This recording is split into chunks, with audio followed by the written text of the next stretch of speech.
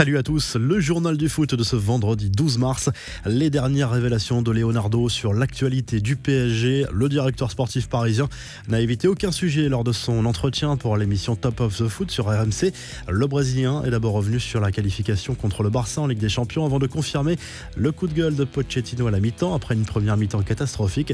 Leonardo a surtout été interrogé sur le prochain mercato avec deux dossiers bouillants, les prolongations de Neymar et Mbappé. Vous savez notre intention, on parle avec eux, on essaie d'arriver à une conclusion le plus vite. On parle, on avance et je pense qu'on va arriver à une conclusion ou du moins à une idée claire de la position de chacun pour le futur, a expliqué le dirigeant parisien.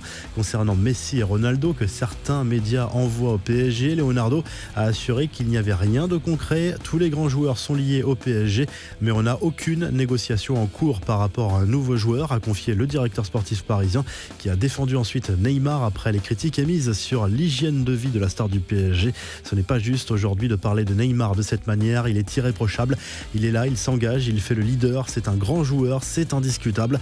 Les autres infos et rumeurs du mercato, la première concerne encore le PSG. André Di Maria serait sur le point de prolonger. L'Argentin, dont le bail actuel se termine en juin prochain, est arrivé à un accord total avec ses dirigeants. Selon RMC Sport, Di Maria va signer pour une saison supplémentaire. La bombe du jour nous vient d'Espagne où l'on évoque un potentiel retour de Cristiano Ronaldo au Real Madrid. Selon l'émission espagnole El Chiringuito, l'agent de la star de la Juve se serait récemment entretenu avec le président du Real Madrid, Florentino Pérez, et l'hypothèse d'un comeback cet été a été évoquée. À 36 ans, l'international portugais n'a pas été épargné par les médias italiens cette semaine après l'élimination de la Juve en Ligue des Champions. Le tweet de Kylian Mbappé au lendemain du succès du PSG contre le Barça a enflammé les réseaux sociaux. Certains y ont vu une allusion au futur, une éventuelle passation de pouvoir, une potentielle arrivée de l'Argentin au PSG, conjuguée au départ de l'attaquant français. Mais en réalité, le champion du monde voulait simplement confier son bonheur d'avoir joué contre l'un des meilleurs joueurs de tous les temps. Sergio Ramos, lui, a évoqué concrètement l'avenir de Messi lors d'une interview diffusée sur Twitch. S'il assure que lui ne signera jamais au Barça, il rêve d'une arrivée de l'Argentin au Real Madrid à 100%. En fait, les premières semaines, je lui prêterai même ma maison si nécessaire pour qu'il puisse s'installer. J'en serais ravi, a confié le défenseur espagnol dont on reparlera à la fin de ce journal du foot dans la revue de presse. Au Barça, Ronald Koeman n'est pas certain de poursuivre son aventure sur le banc, loin de là. Le président Johan Laporta rêverait d'attirer celui qu'il considère comme un futur grand à son poste, à savoir l'Allemand Julian Nagelsmann, actuellement en poste au RB Leipzig.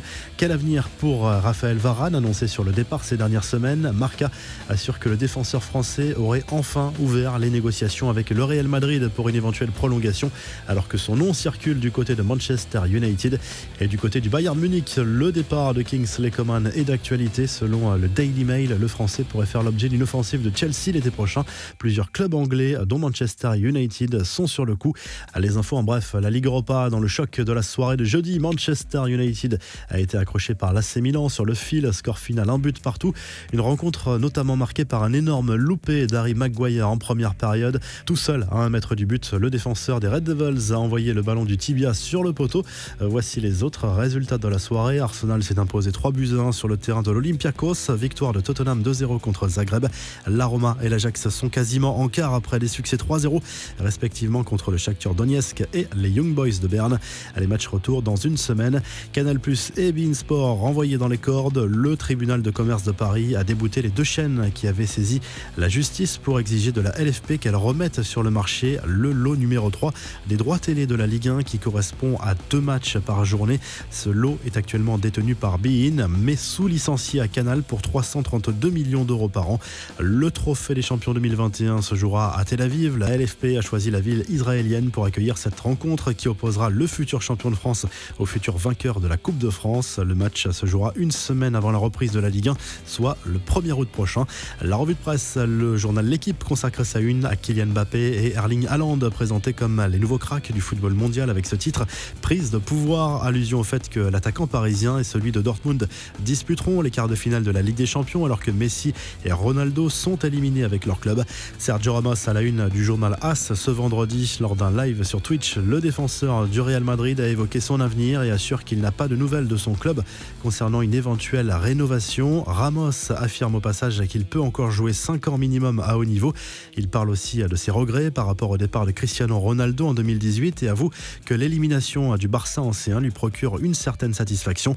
Le Mundo Deportivo se penche à nouveau sur le mercato estival 2021 et fait le point sur les objectifs majeurs du Barça. Haaland, Depay, Garcia, Alaba et Agüero. 4 d'entre eux sont en fin de contrat en juin prochain. Pour attirer l'international norvégien, ce sera plus compliqué en raison de la concurrence.